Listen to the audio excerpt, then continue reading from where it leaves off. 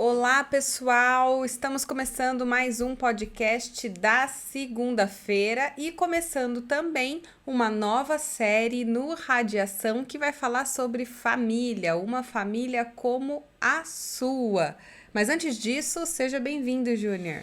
Oi, pessoal, tudo bem com vocês? Muito bom estar aqui para a gente iniciar mais essa série. É isso aí. E a gente já fez alguns casamentos, né, Júnior? Já fizemos sim, eu acho que já passou de 10. Tudo isso?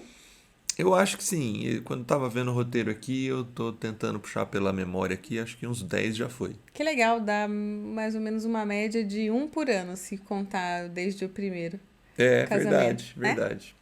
Bom, e família sempre foi um assunto que interessa bastante a gente. Esse ano a gente completa 15 anos de casados. Já Exatamente. passamos esprememos vários limões aqui em casa Poucas e e a gente boas. gosta bastante de conversar com os noivos sobre alguns dos problemas que eles vão enfrentar ao longo do casamento. E lembrar que o problema não é enfrentar situações difíceis, mas é não conseguir sair delas. E para usar a expressão, né, que a gente está usando, começou na primeira série, já no primeiro encontro, é não conseguir pegar os limões e transformar na bela limonada que tanto você falou. Sim, Se você não assistiu, vai lá no canal do YouTube do Movimento Radiação, tá lá a série, tenho certeza que você vai gostar bastante da reflexão de sábado. E é por isso que aqui nessa série de podcasts nós vamos falar sobre conflitos comuns que acontecem entre as famílias, entre um casal e tentar de alguma forma ajudar a desmistificar um pouco esses problemas. E o primeiro deles a gente já começa depois da vinheta.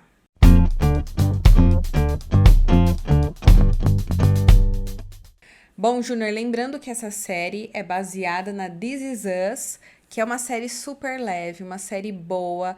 Ela conta a história de um casal, do Jack e da Rebecca, que tiveram trigêmeos. sim.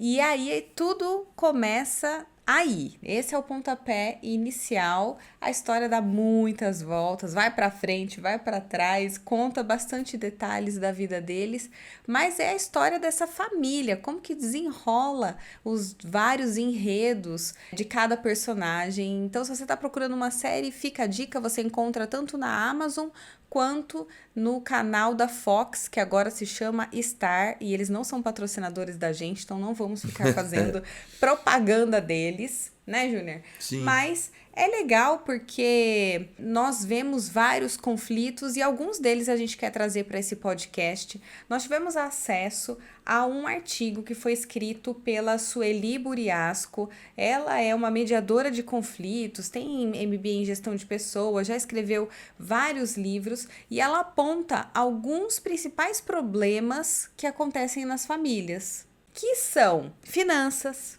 intromissão de outros familiares, educação de filhos, vícios, violência doméstica, ciúmes, infidelidade. Lista boa, hein? Lista quente essa daqui, né? Posso acreditar que pelo menos um desses problemas você já passou, conhece alguém de perto que passa por isso. E aí a gente quer começar, a gente vai tratar de alguns desses problemas ao longo dos podcasts, mas hoje a gente começa por finanças. Sim. A gente começa aqui. Na This Is Us tem alguns momentos que a gente vê esse assunto presente, né? Aham. O Jack parece que ele tem uma situação inferior, financeiramente falando, do que a Rebecca. Mas a gente vai ver também na série que eles superam isso, né? E tanto que ele é o típico americano provedor, Sim. né? O pai de família provedor. Até porque se passa lá nos anos 70, né? Esse Isso, início então do é casamento um deles. conceito cultural bastante enraizado e é interessante porque várias vezes a gente vê essa figura do Jack provedor e ele abdica de sonhos dele, né, pessoais, de Sim. carreira, para poder prover, para poder dar para a família coisas que não daria para dar se ele optasse por seguir com os próprios A desejos. compra do carro é muito legal, né? Mas aí Super assiste legal. lá. Assiste lá que você vai gostar. Mas, de forma bastante objetiva aqui, quando a gente trata de finanças, o problema não é ter dinheiro. O problema, e a Bíblia fala disso, né? A Sim. Bíblia trata isso com bastante clareza. O problema é o amor ao dinheiro, não é, Júnior? Sim, o texto de 1 Timóteo 6,10, Paulo diz assim: pois o amor ao dinheiro é a raiz de todos os males. Algumas pessoas, por cobiçarem o dinheiro, desviaram-se da fé e se atormentaram a si mesmas com muitos sofrimentos. Tem uma matéria bastante interessante no site da BBC sobre o lado ruim de ser rico demais. Muito interessante É essa matéria. interessante isso, porque a primeira coisa que está presente é justamente o conflito familiar. Tem duas histórias nessa matéria, uma de uma família que era pobre e montou um negócio, ficou milionária, e a filha do casal fala assim: a minha mãe ficou viciada em dinheiro, nunca era o suficiente, e ela chega a dizer que é melhor ter um bom padrão de vida, mas quando em exagero isso somente afasta as pessoas. E tem uma outra mulher que foi entrevistada, que também é milionária, que vendeu a sua empresa de transporte e ela disse assim: dinheiro compra conforto, só que conforto não é felicidade nem satisfação. Eu me senti muito vazia nos anos seguintes. É bom estar com conforto, mas é muito melhor ser feliz. Eu acho que quem ouve e não é milionário fala assim: Você não sabe de nada. eu E pagar queria meus estar lá, boletos. eu queria estar lá. É. Mas parece que a matéria é muito legal. Se você quiser ter certinho, procura a gente. Mas tem um outro fator que a matéria apresenta. A riqueza, para essas pessoas, traz um fator de decepção. Porque ela não entrega o que se espera dela, principalmente no médio e longo prazo. Óbvio, no curto prazo é sempre muito bom ter dinheiro para resolver todas as suas questões, né? Mas tem uma frase dessa matéria que eu achei muito interessante, que diz assim: eu descobri que ter dinheiro suficiente para comprar quase qualquer objeto material ou símbolo de status tirou o prazer e o desejo pelas coisas que eu sempre quis e não tinha como comprar antes. Então, o dinheiro, como qualquer outro vício ou qualquer outro falso Deus, ele não entrega o que promete. Ele pode dar muita coisa, mas ele vai se tornar no fim uma prisão. E se ele é o centro da vida, essa prisão se torna em morte. Porque ele não vai entregar esse senso de felicidade, de busca de significado, que ele parece oferecer, mas ele na essência não tem. Então, assim, essas pessoas que chegam lá, eles relatam a decepção. E a gente vive numa sociedade do descartável. Então, logo. Eu tava assistindo aquele programa do Rodrigo Hilbert e da Fernanda Lima, que eles estão fazendo juntos no GNT. E teve um episódio, esse episódio que eu assisti, eles falavam sobre consumo. E como hoje a gente vive numa sociedade extremamente consumista, em que as coisas são facilmente descartáveis, logo que você atinge um objetivo de Sim. compra ou de ter algo, logo você já descarta, porque aquilo não foi o suficiente, você já está em busca de outra coisa para comprar, para ter e futuramente, num curto prazo, descartar também. Sim. E é quando a gente vê um Bill Gates, por exemplo, tem uma série da Netflix Sim. que vai contar um pouco da história do Bill Gates e vai mostrar ele investindo boa parte da fortuna dele para criar um mundo melhor. E ele fala que ele investe numa tecnologia sanitária para países com problemas estruturais de higiene sanitária, né? Que não tem esgoto, né? Exatamente. Não tem rede de esgoto. Questão do esgoto. Isso. E não dá para ter certeza como que é isso para ele, mas esse pode ser um exemplo do que você acabou de dizer. Ter dinheiro não é um problema, mas Sim. como que o dinheiro afeta e domina alguém. Você pode usar a sua fortuna para gerar mais fortuna para si próprio, ou você pode canalizar para bens de utilidade pública, por exemplo. E aqui a gente não está falando super bem do Bill Gates, ou não. Às vezes você tem alguma história falando, não é bem assim e tal. Mas é só para mostrar como que o dinheiro ele pode te dominar ou não. E nem falando mal de quem tem dinheiro, né? Isso aí. O fator se ele gera esse processo de decepção, esse processo de vício parece que ele não é um bom centro da vida, né? Sim. Até porque, Júnior, tem um dado da pesquisa de endividamento e inadimplência do consumidor que mostra que em março do ano passado, ou seja, um ano atrás, praticamente, por causa da pandemia, os brasileiros chegaram a um pico de percepção de endividamento de 63,8%, ou seja, 64% das pessoas não estavam conseguindo manter as suas contas da rotina da casa em dia. Olha que triste isso. E para as pessoas, para as famílias em que o dinheiro ele é uma fonte de cobiça, isso dói muito mais, isso é um peso muito mais, porque certamente essas famílias entraram em conflitos grandes. Sim. E aí acarreta em tantos outros, né? Em separação, em briga, em várias outras consequências. Até agora no podcast a gente devia estar falando com 1% da população, falando de milionário, né? Agora a gente já sabe tá que a em gente está falando com 64% das pessoas pode estar vivendo essa situação. O detalhe é que a situação de endividamento em si já é um problema. Sim. Ela transtorna uma família, né? Você perde o sono. Muitas perdem o sono. Né? Causa um mau humor. Enfim, precisa se decidir o que vai pagar, o que não vai pagar. Precisa decidir o que vai ser importante para manter a sobrevivência. E quando tem divergência, por exemplo, de o que pagar, o que não pagar, Sim. o que priorizar, o que não priorizar. Sim. Apontar o dedo falando assim, você gasta demais, você é descontrolado, descontrolada. E aí, pela parte do outro, talvez do descontrolado, começa a comprar coisas escondido, começa a não detalhar certas ações, certas compras, justamente porque sabe que o outro vai apontar o dedo. E, nossa, é tanta coisa que tá por trás disso que é super importante a gente tratar e abrir diálogo para esse tema. Alguns sonhos vão ter que ser deixados de lado, alguns projetos serão adiados, ou talvez até enterrados, né? Então, tudo isso em si já é um problema, né?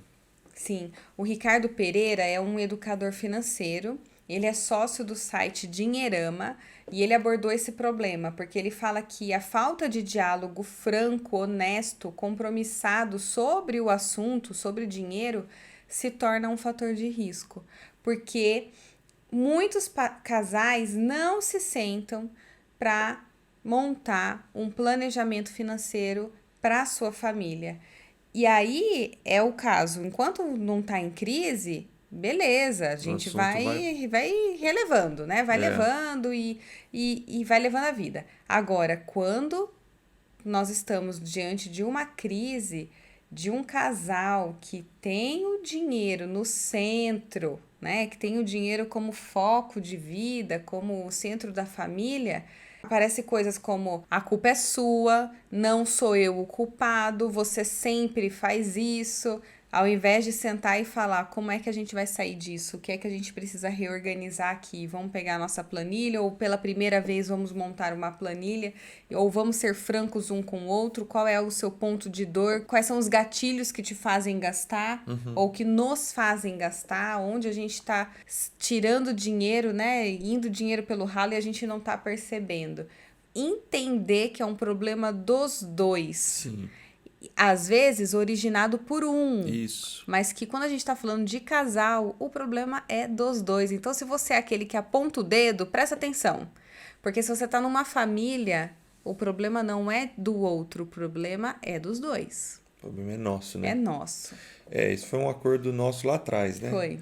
Algumas coisas que a gente já decidiu do ponto de vista financeiro, seja um ou outro insistindo mais para tomar aquela decisão, dando certo ou dando errado, nunca se tornou dentro da nossa casa um motivo de jogar na cara do outro o erro, né? Sim. A gente tenta ao máximo não usar a expressão eu disse, eu falei. Eu te disse, né? Eu tinha certeza que ia dar errado. A gente discute até tomar a decisão. Isso. Porque a gente diverge bastante em opiniões, né, Júnior? A gente discute bastante.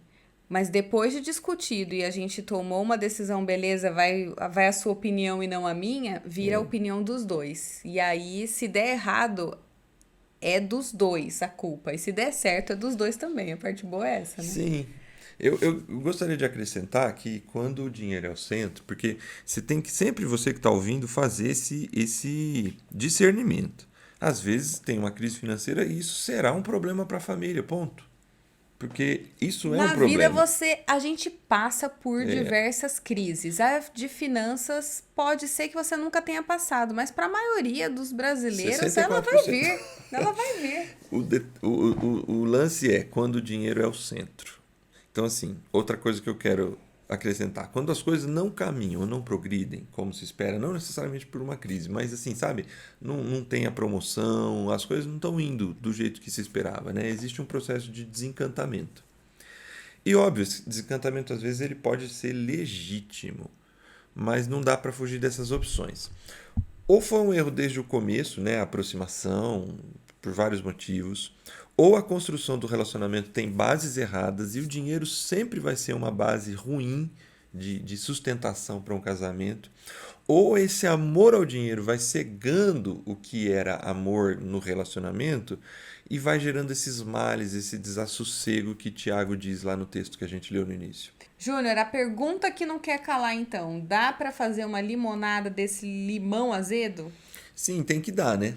Tem um outro texto que pode ajudar a gente nisso. Lucas 12. Isso, que traz um olhar de Jesus sobre o tema. E é muito interessante, a gente vai ler alguns trechos aqui rapidamente para trazer essa proposta de o dinheiro ocupar o lugar dele e não o lugar de centro de uma família ou de uma relação. Bom, vamos lá olhar rapidinho para o texto então? Vamos. Alguém da multidão lhe disse: Mestre, dize a meu irmão que divida a herança comigo. Respondeu Jesus: Homem, quem me designou juiz ou árbitro de vocês? Então lhes disse: Cuidado, fiquem de sobreaviso contra todo tipo de ganância. A vida de um homem não consiste na quantidade dos seus bens. Então lhes contou esta parábola.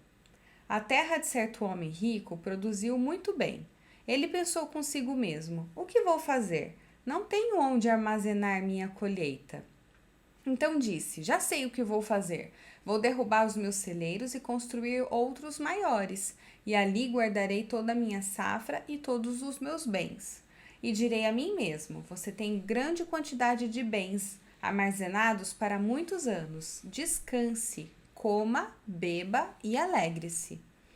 Contudo, Deus lhe disse: Insensato, nesta mesma noite a sua vida lhe será exigida. Então, quem ficará com o que você preparou?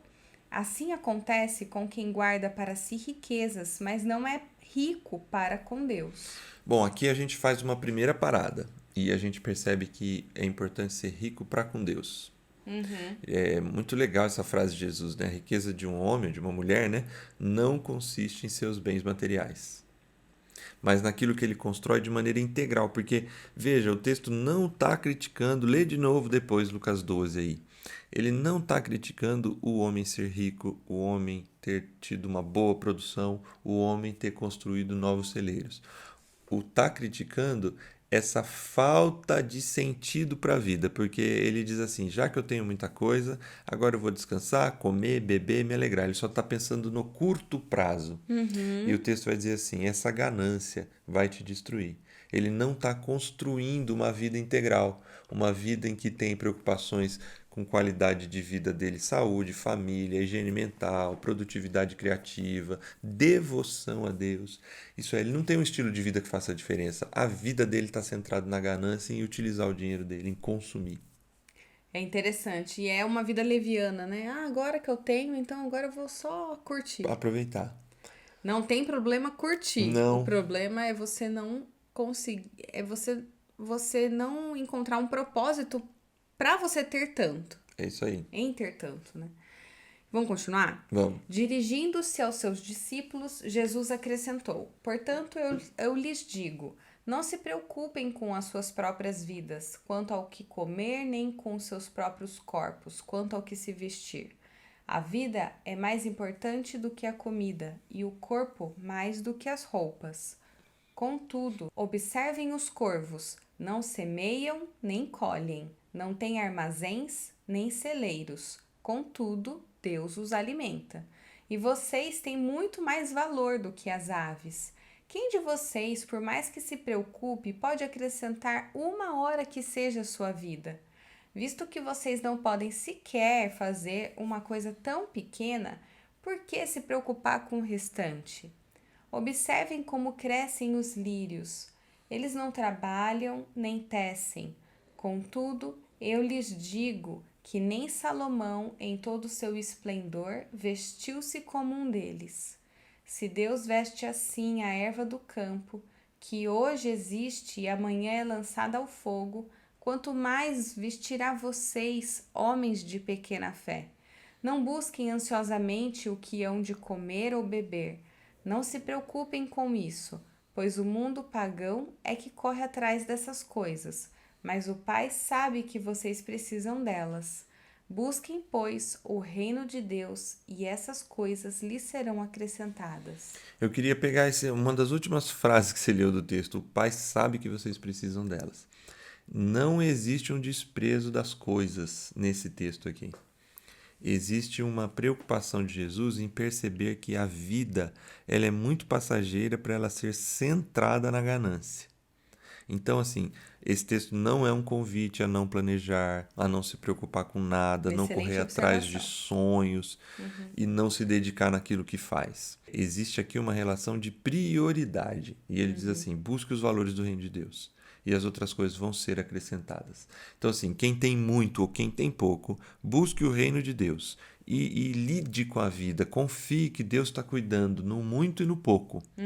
Porque quando essas coisas que não são o principal assumem esse lugar, elas não serão suficientes. Ela vai dar espaço a conflitos, a decepção, a um sentimento de que ele não ofereceu, não entregou o que ele prometeu. Vamos continuar para a parte final? Vamos. Não tenham medo, pequeno rebanho, pois foi do agrado do Pai dar-lhes o reino. Vendam o que têm e deem esmolas. Façam para vocês bolsas que não se gastem com o tempo, um tesouro nos céus que não se acabe, onde o ladrão algum chega perto e nenhuma traça destrói. Pois onde estiver o seu tesouro, ali também estará o seu coração. É isso, aí a gente termina aqui, né? A gente leu do verso 13 ao 34. Essa frase final é muito importante. Onde estiver o seu tesouro, ali está o seu coração. Nos momentos de fartura ou na crise. Um coração limpo, desprendido do dinheiro, como essa paixão, vai fazer com que uma família enfrente todas essas coisas e vença juntos. Importante também, Júnior, a transparência. Porque o combinado não sai caro. Se você tem um planejamento financeiro e você já abre o jogo para algumas coisas, isso aqui eu não abro mão, isso aqui é importante para mim, mensalmente eu preciso disso. Ao invés de fazer escondido, o outro sabe. Sim. E quando não for possível, é negociável, né? Ceda, converse, entenda a situação do mês, do momento, os cortes que serão necessários ou os prazeres que poderão ser adquiridos, dependendo da situação que vocês estão. Sim, eu acho que em resumo a gente tem assim, não se deixe dominar pela ganância, aproveite o que você tem, né? O texto vai falar disso, mas invista numa vida integral, em que cuida da família, cuida da saúde, cuida de outros valores além do dinheiro. Depois o texto vai falar assim, é prioridade um estilo de vida baseado no reino de Deus. E as outras coisas elas são importantes, mas elas não são a prioridade. E por fim, ele vai trazer esse aspecto aí, esse aspecto final de onde está o seu tesouro, é onde vai estar o seu coração. Qual é esse principal tesouro? Para que não seja o dinheiro, ele faz uma sugestão. Qual E a que é? sugestão é a vida generosa. É ter generosidade no trato com o dinheiro. Sim. Então isso pode significar dizer, por exemplo, num tempo como o da pandemia, que aqueles que podem, como sugestão aqui, poderiam pensar seriamente em ter sobriedade, obviamente no consumo, porque a gente não sabe o que vem pela frente ainda, né? Mas também incluir no orçamento um outro campo. Tem lá o campo do condomínio, né? O campo da Luz, luz, água. o campo do supermercado, o campo da gasolina, o campo do gasto com os filhos, etc. Então, ele é um campo generosidade. E quanto você vai investir para ajudar outras pessoas que estão precisando, já que, de repente, Deus está te abençoando nesse tempo. Isso ajuda a manter empatia. Porque talvez quanto mais distante da realidade triste do outro, menos empático nós somos com diversas situações.